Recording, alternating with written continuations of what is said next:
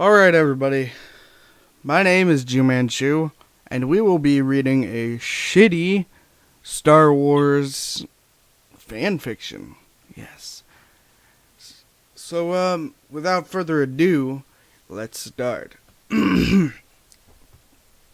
Exit space. A vast sea of stars severs as the backdrop for the main title, followed by a roll-up, which crawls into infinity. There is unrest in the Galactic Senate. Several hundred star systems under the leadership of the rebel leader, Count Dooku, have declared their intentions to secede from the Republic. This separatist movement has made it difficult for the limited number of Jedi Knights to maintain peace and order in the galaxy. Senator Amidala, the former Queen of Naboo, is returning to Coruscant to vote on the critical issue of creating an army to assist the overwhelmed Jedi. Ooh, that was, that's pretty spot on to the original. So, pan up to reveal the Amber City of planet of Coruscant. Whoever wrote this did not know how to structure a script. A yellow Naboo fighter flies over camera towards the planet, followed by a large royal cruiser and two more freighters. Exit cityscape, Coruscant, dawn. The ships skim across the surface of the city landscape. The sun glints off the chrome hulls of the sleek Naboo spacecraft as they navigate between the buildings and the capital planet. Fuck, hold on. Two Naboo fighters land on one leaf of a three-leaf clover landing platform. The Royal Starship lands on the central lead, and the third fighter lands on the remaining platform. A small group of degenerates, I guess, waits to welcome the senator. Fuck, I'm not good at this. One of the members of the group, as a well-dressed... God, write a script, right? One of the members of the group was a well-dressed Jar Jar Binks, a member of the Galactic Representative Commission, and Dorm, Senator Amidala's handmaiden. One of the fighter pilots jumps from the wing of his ship and removes his helmet. He is Captain Typho, Senator Amidala's security officer. He moves over to a woman pilot, Captain Typho. We made it. I guess I was wrong all along. Hold on, let me try and read that line again. We made it. I guess I was wrong. There was no danger at all. The ramp powers. Two Naboo guards appear. Senator Amidala, one handmaiden verse, and four troopers descend from the ramp. Amidala is more beautiful now than... What? Why'd you write that into this fan fiction? Why? Does that even matter? Anyway, Amidala is more beautiful now than she was 10 years earlier, when, as queen, she was freeing her people from the yoke of the Trade Federation. The disintegrates start to move forward. Senator Amidala reaches the foot of the ramp when suddenly there's a blinding flash and a huge explosion. The disintegrates, that's pretty hard to say, and pilots are hurled to the ground as the starship is destroyed. Klaxons blare, alarms sound. Captain Typho and the two escort pilots get up and run to where Senator Amidala lays dying. Oh my god, Amidala's already dying. It's just page 1, page 2 of the fucking fanfiction. She's already dying. Anyway, beyond R2-D2. Oh, that's R2-D2. R2-D2 drops down from the Naboo fighter and rolls towards the wreckage. The female escort pilot kneels by Senator Amidala and takes off her helmet, revealing Senator Padme Amidala. Padme. Cord! She gathers up her decoy double in her arms. Cord's eyes are open. She looks up at her. I'm sorry, milady. I'm not sure, Cord dies. Hold on. I thought that was, fucking the other guy. Hold on, let me give a different voice. Cord. I'm sorry, my lady. I'm not sure Blech. Cord dies. Padme hugs her. Aww. Amidala. No! Padme lowers Cord to the ground. She gets up and looks around at the devastation. There are tears in her eyes. I should not have come back. Captain Typho. Milady, you are still in danger. Amidala says nothing. This vote is very important. You did your duty, and Cord did hers. Now come. She doesn't respond. Milady, please. She turns. They walk away. R2 lets out a small whimper and rolls off after them. The massive Senate building glistens in the afternoon sun. Oh, wait, sorry. I forgot to read the stage directions. You know, for a fan fiction, this is one really well put together script. So, you know, besides all the typos and fucking... it's fucking stupid. Anyway... Exit Senate building, day. The massive Senate building glistens in the afternoon sun. Small patches of fog have still to burn off. Interior, Senate chamber, day. The vast rotunda is buzzing with chatter. Mas Adia, the Supreme Chancellor Majordomo, that's a hard word to say, tries to quiet things down as Palpatine confers with aide UV Gissen, riding a small one-man floating scooter. Huh, that's kind of stupid for even Star Wars standards. Order. Oh wait, no, hold on. Mas Amadia. Order. We shall have order. The motion for the Republic to commission an army takes precedent, and that is what we will vote on at this time. Everything quiets down. The aide disperses. The Supreme Chancellor Palpatine steps up to the podium. Palpatine. My esteemed colleagues, excuse me. I have just received some tragic and disturbing news. Senator Amidala of the Naboo system has been assassinated. There was a shocked silence in the vast arena. Palpatine continued. This grievous blow is especially personal to me. Before I became Chancellor, I served Amidala when she was Queen. She was a great leader who fought for justice, not only in this honorable assembly, but also on her home planet. She was loved. She could have been elected Queen for life. She believed in public service, and she fervently believed in democracy. Her death is a great loss to us all. We will all mourn her as a relentless champion of freedom and as a dear friend. There is a moment of silence.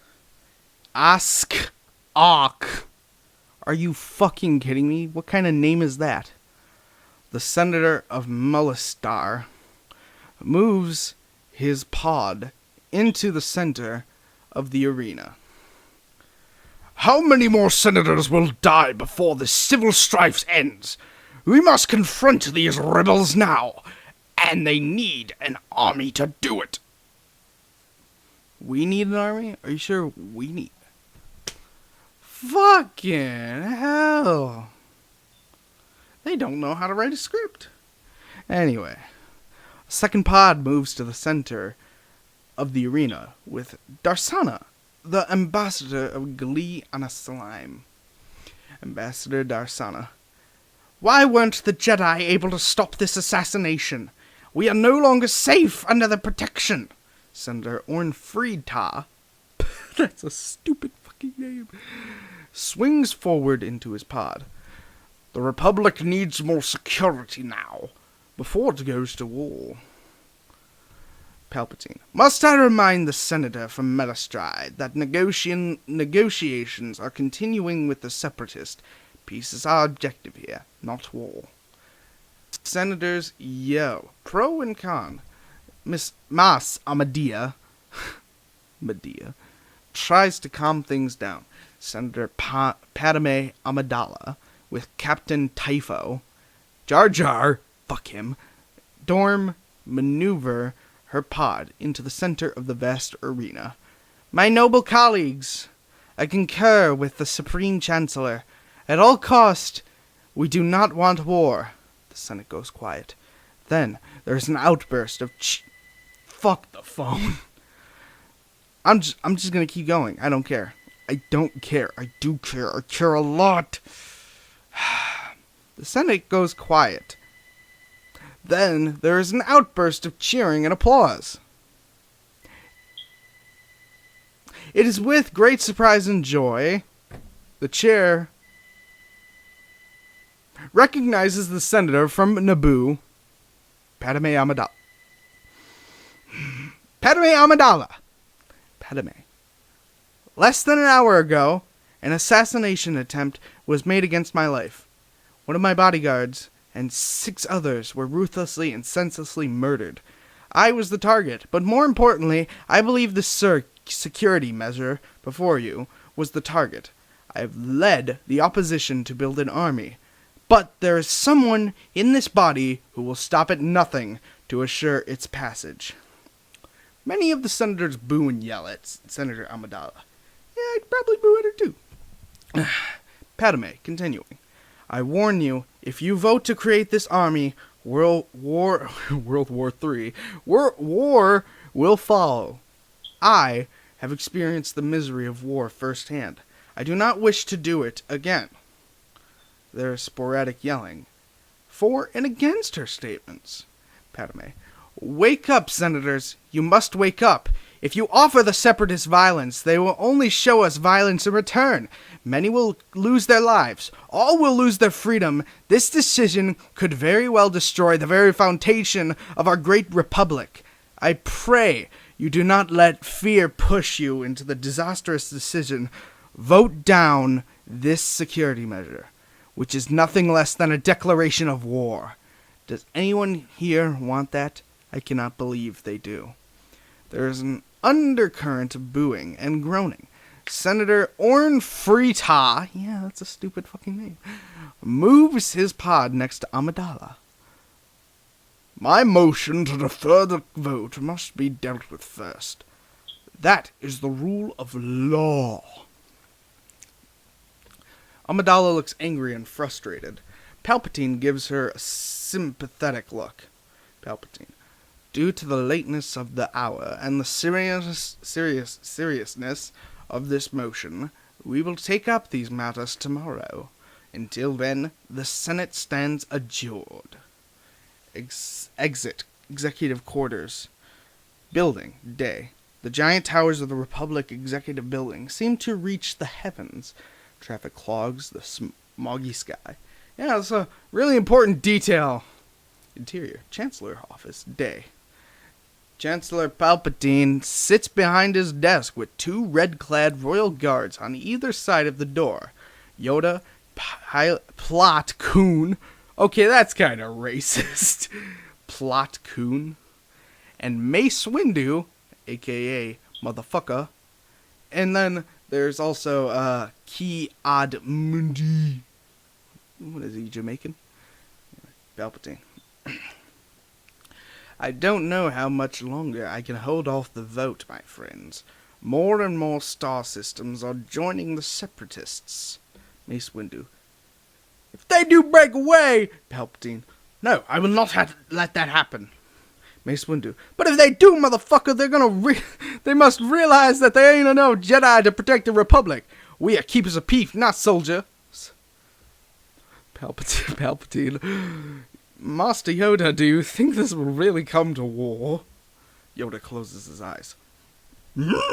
Worse than war, I fear. Much worse. Palpatine. What? What did he just say? Mace Windu. What do you sense, Master? That sounded racist. What do you sense, Master? Impossible to see. The dark side clouds everything. But this, I am sure of. Opens his eyes. Do their duty, the Jedi will. A muted buzzer sounds. A hologram of an aide, Ward Darwalk, appears on the Chancellor's desk. Darwalk. The Loyalist Committee has arrived, my lord. Send them in. They all stand as Senator Amidala, Captain Typho, Jar Jar, Masadima, fuck that. All the senators, okay, enter into the office. Yoda and Mace Windu move to greet the senator. Yoda taps Amidala on his ass. No, with his cane. With you, the force is strong. Young senator, to see you still alive, bring warm feeling to my heart. Padme. Thank you, Master Yoda. Do you have a kind of idea who was behind this attack? Our intelligence points to disgruntled spice miners on the moons of Naboo. I don't wish to disagree, but I think that Count Dooku was behind it. Yeah, there's a stir of surprise. You know, milady, Count Dooku was once a Jedi. He wouldn't assassinate anyone. It is not in his character. He is a political idealist, not a murderer. In dark times, nothing is what it appears to be. But the fact remains, Senator, in grave danger you are. Palpatine gets up, walks to the window, and looks out at the vast city. Count Dooku has always avoided any kind of conflict. It appears he has no desire to start a war. Why would he kill you? To what end? I don't know. But everything in my being is telling me that he was behind it. After gazing out of the window for several moments, Palpatine turns to Mace. Ah, Mace! Master Jedi, may I suggest that the Senator be placed under the protection of your graces? Bail Organa. Never heard of him. Wait, no, yeah, he's from The Force Awakens. What the fuck, man? That's so cool. Do you think that is a wise use of manpower during these stressful times? Chancellor, if I may comment, I do not believe the situation is that serious. No, but I do, Senator. Where the fuck did... I just scrolled down. See nothing. Chancellor, please, I don't want any more guards. I realize all too well that the additional security might be disruptive for you, but perhaps someone you are familiar with. An old friend like Master Kenobi. Palpatine nods to Mace Windu, who nods back. That's possible, but he just returned from the border dispute on Anti-Sion. And Sion. Come up with better names. Fuck. You must remember him, my lady. He watched over you during the blockade conflict. This is not necessary, Chancellor. Do it for me, my lady, please. I will rest easier. We had a big scare today. The thought of losing you is unbearable. Amidala sighs as the Jedi get up to leave. Mace Windu. I will have Obi-Wan report to you immediately, my lady. Yoda leans into her ear. Hello, my mama whispering you. Yoda. Too little about yourself, you worry, Senator. And too much about politics. Be mindful of your danger. Padme, accept our help. As the Jedi leave the office, Palpatine continues to pace beyond his desk. I will not like this republic that has stood for over 1,000 years. What? Who wrote this script? Whose script did I copy and paste? Palpatine. I will not like this republic. I do not like this republic. How about that? That sounds a bit better. I will not like this republic that has stood. I will not let... What? Who came up with this fucking script? I will not let this republic that has stood for over 1,000 years be split in two. Exit Senate Apartments, Twilight. Oh, exterior. Sorry, guys. Exterior Senate Apartments twilight. A graceful skyscraper twinkles in the evening light of Coruscant. Oh man, I get to voice the best character. Interior Senate building. Apartment corridor. Evening. The door of the apartment slides open. Jar Jar walks into the corridor, where two Jedi are exiting the elevator. He recognizes Obi-Wan and becomes extremely excited, jumping around, shaking his head. Jar Jar. Obi! Misa so smiling to see you, sir! Woohoo! Obi-Wan smiles. It's good to see you too, Jar Jar. Jar Jar. Oops! Where's Mr. Manners? Excuse me, Master Obi-Wan. I completely forgot myself for a moment there. I have to learn diplomacy. Speak it like a native now. Don't really see the point, actually, but members of the Senate seem to prefer it. God damn. Jar Jar notices Obi-Wan's apprentice. Jar Jar continuing. And this... Oh, sorry. Wrong voice. And this, I take it, your apprentice? No, Annie, no! Little bitty Annie! Looks at Anakin. No! You sabo biggin! Annie! Misa no believan! Anakin. Hi, Jar Jar. Jar Jar grabs a hold of Anakin and envelops him in a big hug. Annie! Yay! Fuck this fan fiction. Interior Senate building, apartment evening. Padme is in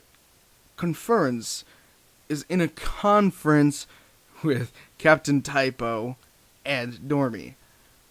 Jar Jar enters the room, followed by the two Jedi. Looky! Oops! Oh, dear!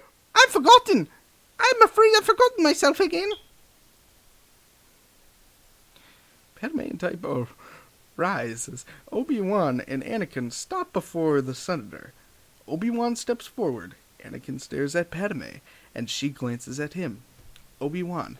It's been a great pleasure to see you again, my lady. Padme. It's been far too long, Master Kenobi. I'm so glad our paths have crossed again, but I must warn you that I think that your presence here is unnecessary. Obi-Wan, I'm sure the Jedi Council has have their reasons. Get it. Sure, the Jedi Council have their reasons. Okay. Oh, so has their reasons. It said has their reasons. She moves in front of Anakin. Annie? My goodness, you've grown. They both look at each other for a long moment. This fanfiction's going places. Trying to be smooth. Anakin.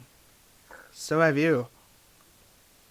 Grown more beautiful. I mean, and much shorter for a senator, I mean. Obi-Wan looks disapprovingly at his apprentice. Padme laughs and shakes her head. Oh, Annie, you'll always be that little boy I knew on Tatooine. This embarrasses Anakin. He looks down. Obi-Wan and Captain Typo smile. Our presence will be invisible, my lady. I'm very grateful you are here, Master Kenobi. The situation is more dangerous than the Senator will admit. I don't need more security. I need answers. I want to know who's trying to kill me. Obi-Wan frowning. We're here to protect you, Senator, not start an investigation. Anakin. We will find out who is trying to kill you, Padme. I promise. He's done it again. He bites his lip in frustration and shame. Obi-Wan gives Anakin a dirty look. Ooh. We're not going to exceed our mandate, my young Padawan learner. Anakin. I meant in the interest of protecting your master, of course. Obi-Wan. We are not going through this exercise again, Anakin. You will pay attention to my lead. Why? What? Anakin. Why else do you think we were assigned to her? If not to find the killer. Protection is a job for local security, not Jedi. It's overkill, Master. Investigation is implied in our mandate, Obi-Wan. We will do as the Council has instructed, and you will learn your place, young one. He just starts shouting at him in the... Oh, it doesn't tell me to shout, but that just sounds better. Shout. Padme, with merely our... perhaps with merely your presence, the mysteries surrounding this threat will be revealed. Now, if you will excuse me, I will retire. Good. Please retire. Everyone gives Amidala a slight bow as she and Dormy leave the room. Captain Typo. Well, I know I feel a lot better having you here. I'll have an officer on every floor, and I'll be at command center downstairs. Jar Jar. Missa Bussin with happiness seeing you again, Annie. These are bad times. Bad times. Captain Typo leaves. Anakin.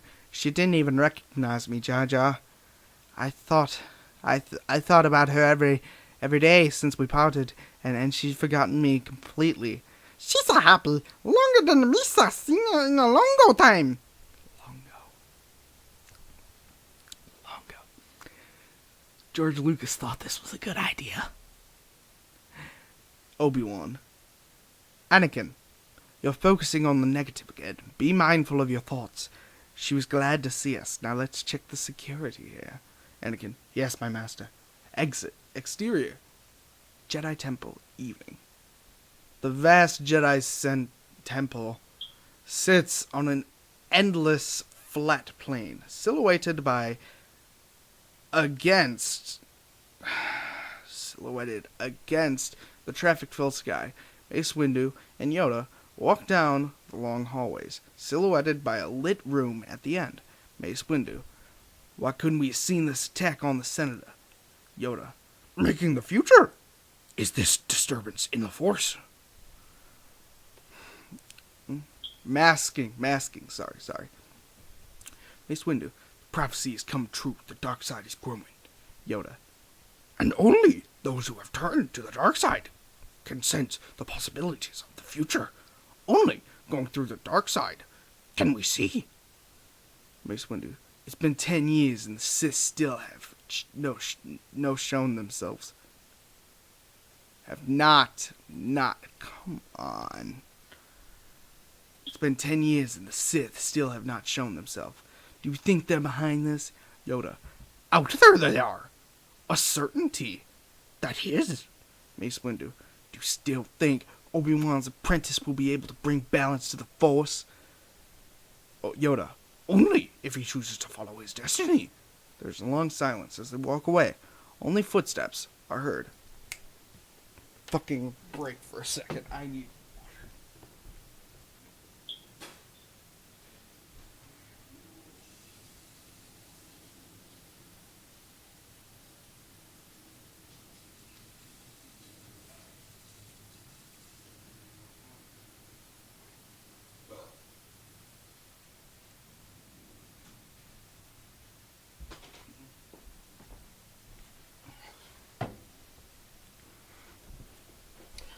Okay.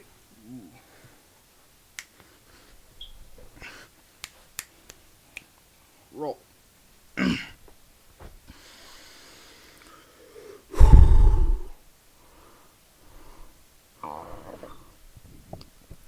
Interior Senate building, Amidala's apartment, bedroom, night. Padme is asleep in her bed, lit only by the light of the city outside her window, coming through the blinds. R2 stands in the corner of the bedroom. His power is off. Anakin is standing inside the living room. He's in a meditative state. It is quiet. We hear distant footsteps in the corridor outside the apartment. Suddenly, Anakin's eyes pop open. His eyes dart around the room. He reaches for the lightsaber, and he smiles and puts it back in his belt. The door to the apartment slides open, and Obi-Wan enters. Obi-Wan.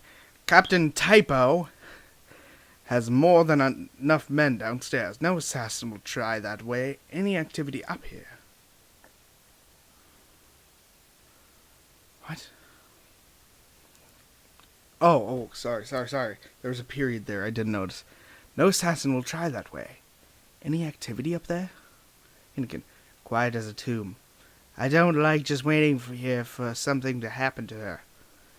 Obi-Wan checks the palm-sized view scanner as he pulled out of his utility belt. Shows a shot of R2 by the door, but no sign of Padme on the bed. What's going on? Anakin shrugs. Fucking Anakin. She's covered that camera. I don't think she likes me watching her. Obi-Wan. What is she thinking? She programmed R2 to warn us if there's an intruder. It's not an intruder I'm worried about. There are many other ways to kill a senator. I know, but we also want to catch this assassin, don't we, Master? Obi-Wan. You're using her as bait? It was her idea. No harm will come to her. I can sense everything going on in that room, trust me. It's too risky, and your senses aren't that attuned, young apprentice. And yours are? Possibly! Yeah. You know what? That's enough. I can't read this fan fiction anymore. God.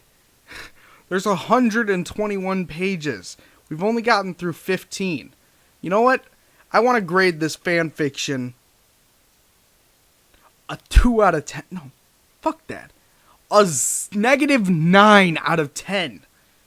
This is the shittiest thing I've ever read. The shittiest thing I've ever read. God, who came up with this? Oh, wait. Oh, man, George Lucas. Oh, man, you don't know. Oh, God. Fuck you, George Lucas. Fuck you. I'm just kidding. I actually really like Star Wars. I'm a really big fan of Star Wars, and I really appreciate your work. I mean, you don't really get a lot of credit as a director, but I gotta say, your work as a director sucks. But anyway, thanks for Star Wars.